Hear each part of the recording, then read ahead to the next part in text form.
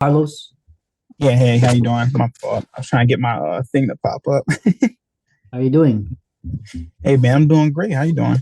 Happy New Year. Oh yeah, same to you. Same to you as well. Happy New Year to you as well, sir. Yeah. Where are you based out of? Me, I'm based out of the Delaware, Philadelphia area.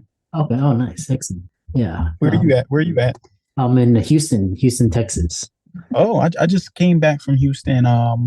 And I went to Houston and I want to say August. August. Yep, in August I was in Houston for a little bit. I was in Sugarland. Oh, well, yeah, that's where I live, Sugarland. For real? Yeah. So let's see here. So, thanks for coming on. Do you have any questions or anything? Or Not really, honestly. Okay, so what is your podcast like? I kind of read. welcome everybody to this week's podcast episode for the Financial Freedom Podcast. I'm your host, Dr. Christopher Liu. And as you know, we talk about four different types of freedom: time, financial, location, health freedom. In that light, I'm always interviewing entrepreneurs, guests doing things on the cutting edge, influencing and shaping the world for better. So, in that light, I have Carlos Henry, and he's going to be talking all about winning and losing mindset is he's coming out from the Philadelphia area, and it's gonna be an amazing conversation. So Carlos, welcome. Thank you, thank you. I appreciate the amazing introduction too. I got to start taking you with me. Yeah, we met through Podmatch, and like I said, I'm always trying to get the that extra insight, capture it, record it, and share with the audience. So tell us more about yourself, your story, and how you got started. Yeah, so like you said, I'm based out of the Philadelphia area, and really, I just graduated from college about a couple years ago. So I was going into my last semester of college, during COVID too. Crazy time. I'm pretty sure you're familiar with it. And I knew I didn't want to do what I went to school for because I was playing sports. So I was just like, you know what? I want to be an entrepreneur. And then I was like, what do entrepreneurs do? It was like read one book a week. It's like, no, not really. That's CEOs, right? They have that generalized knowledge, but I was just reading and reading. And then I just fell so in love with like the mindset. But I knew that I needed the proper skills in order to really get my stuff out there. So that's when I started learning a lot about copywriting, sales, and things like that. And that's really what got me straight up started in just it, right? Well, I started falling more in love with it. But I guess where I really, really started was when I was 18 years old. Are you familiar with Robert Kiyosaki? Oh yeah, I read his first book in 2001, and that book changed my life. So Yep, same thing. Rich Dad Poor Dad. That's the first book I read. That's the first book I read from front to back. I've never read like a book for fun, just for front to back. It was always like school, and I would just skim around. I read that one from front to back, and I didn't take so much the financial advice away from it, but the mindset, like take if out of my language, not if it happens, when it happens, things like that really got me started and falling in love with mindset and all that stuff. So I guess that's a little bit about me. yeah, well, like I said, especially with the new year and everything, you had the mechanics, but then you also have mindset. So, what's fascinating about you is one thing is you took a mindset from say like sales, like how to persuade people to give you money for your services and products, and then you translated that into a mindset. It's almost like an athlete. So, tell us some of the essentials that in terms of mindset to be successful. Okay. So like I love how you said too, like you persuade someone to, give you money, but sales is in everything, right? It was a book by Grant Cardone, if you're familiar with him. It's called Sell or Be Sold. He talks about the idea that just like communication, sales is just communication, persuading someone to take an action. And I almost had to sell myself on, you are the successful person. You know what I mean? Wealth is just a mindset because I can become a millionaire. There's millionaires out there that still committing suicide. And it's like, why? When you have so much money, it all comes down to your mindset. One big tip, and I was just talking about this on another podcast, was the idea of just progression, right? That is the most important thing, right? We're not really focused on, per se, the mission, like just achieving that. That's not really what makes us happy. It's really progression because even if you look at, and you're a PhD, man, if you look at it even on a cellular level, right, solids have atoms that vibrate. So even solids are moving. So we're always moving. So if we're not moving forward, there's only one way we can move, which is backwards. So when I just focus on showing gratitude to progression that I made from yesterday to today, and then 1 week, and then 1 month, by the time the year's up, I'm the happiest person alive. I'm like, wow, I used to be this, that, and the third. And now I can, talk about mindset on such a deeper level. I've read, this amount of books a year and all. When you actually look at it, it's like that compound effect. So that's the biggest tip I can give to anybody that's really focused on their mindset. Just focus on progression more than anything. Interesting. I've been talking to a lot of people and they talk about, the daily action. So you don't really see much success, day to day, but you change the direction of your life and, over a year, 3 year, 5 years, then you start to see what you're calling the compound effect, which is really interesting. Tell us, one thing I like is talking about is routine. So like high impact habits, your perfect morning routine and keeping true to your daily routine. Oh yeah, man. I always say, so that's what separates successful people from unsuccessful people is your routine and execution. So I like how you said that. But my routine is definitely super, super strict. So I always try to wake up around 5 a.m. every single morning. And the first thing I do is throw a motivational video on. I got to listen to the guys that I aspire to surpass, right? So I listen to, Tony Robbins, Eric Thomas, Zig Ziglar, Jim Rohn, like those people every single morning. Just listen to a motivational video. And while I'm doing that, the first thing I like to do is actually play a game of chess because chess really helps with like strategizing, right? I may do it on my phone. I actually have the board or stuff like that I'll play with.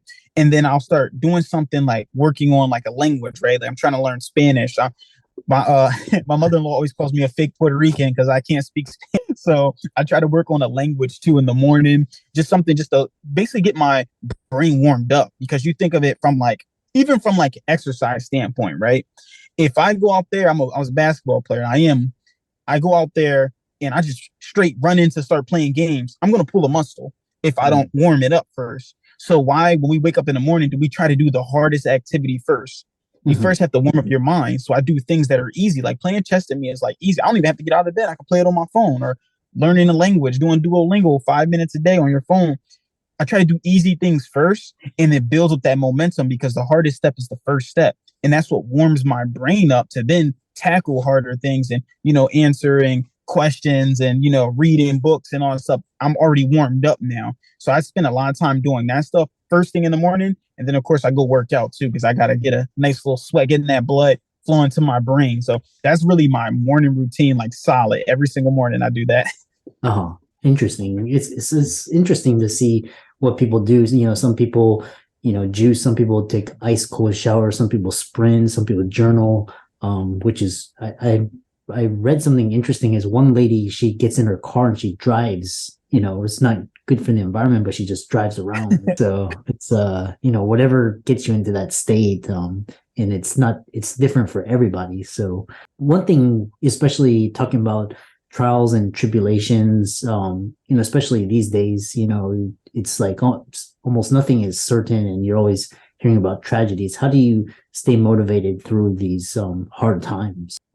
So it's funny. I was just talking to somebody about this. I swear, I don't know why this always messes with me, but I was actually listening to a motivational video about this. And it was like, what makes people successful is their ability to act in the midst of chaos. So like my routine and everything is cool. It's great. Like when everything's going good, but can I still stick to that routine when everything is going bad? And like, I still got to go do, like, even yesterday was New Year's. And my wife's like, why are you still recording podcast episodes? I have to do my routine every single day. I don't care if you're on vacation or not. You have to do it in the midst of chaos and really stick to it. And that's another thing that it goes back to progression. Really, that's what helps me stay excited. Like I would see things like, there's other guys out there that are 25 years old that are millionaires already. You know what I mean? And I'm like, dang, I should, I got to do that. But then it's like everybody moves to beat their own drum. So when I go back and look at where I was at, before I wasn't being hosted on, podcasts, before I wasn't reading, now try to read 10 books a month. you know what I mean, trying to read 100 books a year.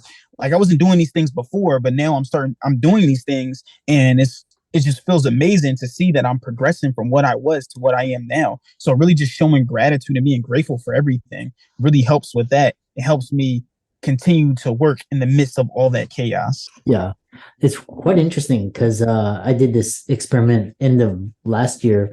Was I just took the 2 months off and tried to build momentum into the new year, and it's actually it's actually interesting because if you build momentum into the new year, it almost feels like you're still doing it, so it gives you like extra push. What one thing is oh, tell us about some of the top book. You mentioned Robert Kiyosaki. Grant Cardone, all the others. What are some other influential books that have changed that are good for mindset? Great for mindset. Definitely anything with Tony Robbins on it. Any book with Tony Robbins' name on it is pretty much really good with mindset. I'm also reading Jordan B. Peterson. He's really, really good as well. What's another good book as well? UOU by Eric Thomas. Uh-huh. I really, so it's me, I kind of like, it's not really the book per se that I focus on. I focus on the author. I'm like, okay, is this a motivational speaker? Because I'm gonna be the number one motivational speaker ever. That's my goal. So I have to read the top guys, and that's what I do. I just look at their books because they put a lifetime of their, learning and everything, and they put it all into just, 200, 300, 500 page book. And that's what I try to focus on, like Napoleon Hill, Think and Grow Rich. That's like a really, really good one. Probably read it like 3 or 4 times. Those are ones that are really big for mindset. But like I said, if you just focus on like them authors that are already out there doing it, like Tony Robbins, Jim Rohn, Zig Ziglar, you focus on those guys, you definitely will come across some amazing books for mindset. Yeah. I love Jim Rohn because he's no nonsense, and he just basically he tells it as it is. He's like, take personal responsibility, but he does it in a way that's very self-disciplined. And Tony Robbins, everybody knows, using your emotions, your physiology, your state. What's interesting is, and then you mentioned some others, which it's, Napoleon Hill is great if you have Audible, and then you can read, like I go through Think and Grow Rich like once a month just to Lead the Field is good too. So yeah, there's just so much, you can just YouTube, Spotify, you can get all these for free now. So I didn't even know that. I like I'll be reading the physical. I'll be having the physical book out, taking notes, reading it like that. Well, it's actually a better way is if you have the physical, and which is interesting. I know people will buy the Audible as well as the physical, and it helps them solidify their learning. Yeah, this has been one thing is if you could one piece of advice you would give to the audience, what would it be? One piece that I would give to the audience, I guess this is kind of two, right?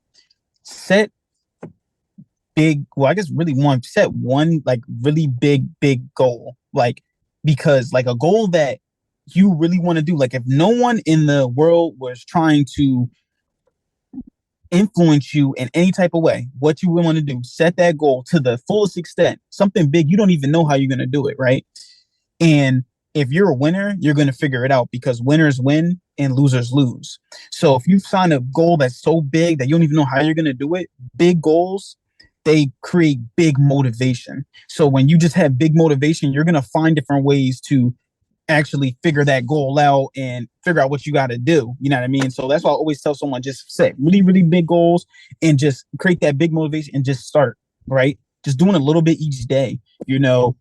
Last month I did 100 push-ups a month. 100 push-ups a day. By the end of the month, it was 3,000 push-ups. And I was like, wow, I did 3,000 push-ups last month, right? So it's just literally just set big goals, get big motivation, and just do a little bit each day, and then always look back and show that gratitude and look at the progression that you made.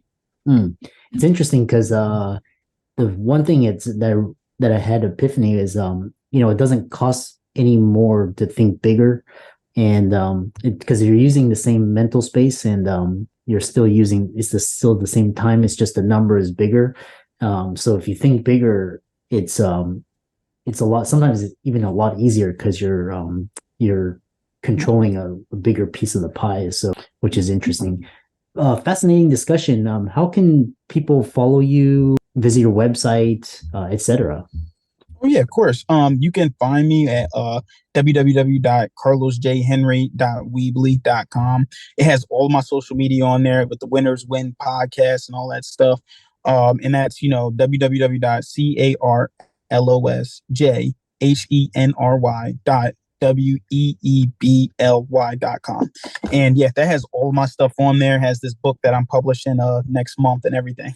Yeah.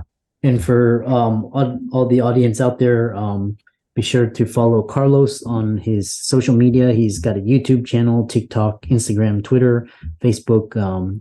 And then also check out his YouTube channel at Winnerz Win 1579, where he's got free content to help you grow mentally, spiritually, financially. And so with that, thanks so much. And all of you, all of Carlos's resources will be in the links and show notes. So thanks so much. And it's been a fantastic pleasure to have you on the podcast. Yeah, man. No, thank you. Appreciate you, everything you do, man. And, I'm hope to stay connected.